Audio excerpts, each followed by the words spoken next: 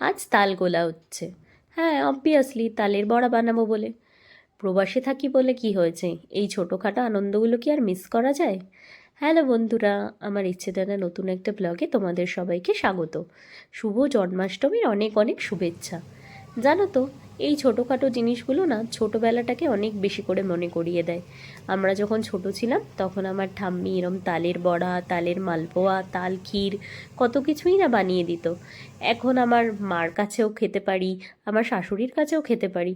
Even এখন আমি আর আমার কর্তামশাই দুজনেই এগুলো খুব ভালো করে বানাতে পারি। তো সেদিন বানিয়েছিলাম বাড়িতে, আর আমার মেয়েও বিশাল খুশি হয়েছে খেয়ে। এইটা কি? কিসের বড়া? কে বানিয়েছে তালের বড়া? তোমাকে দিয়েছে? দেখাও তালের বড়া, দেখাও, হাত দিয়ে দেখাও। তোমার ভালো লেগেছে? খুব ভালো লেগেছে। ওয়াও, বড়া।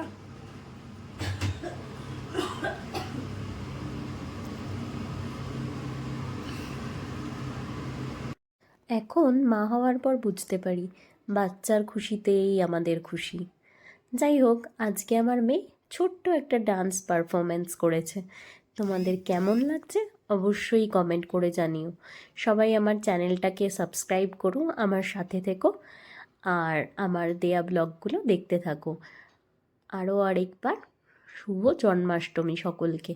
আজকের মতো এখানেই শেষ করলাম, পরের আরেকটা ব্লগে আবার দেখা হবে।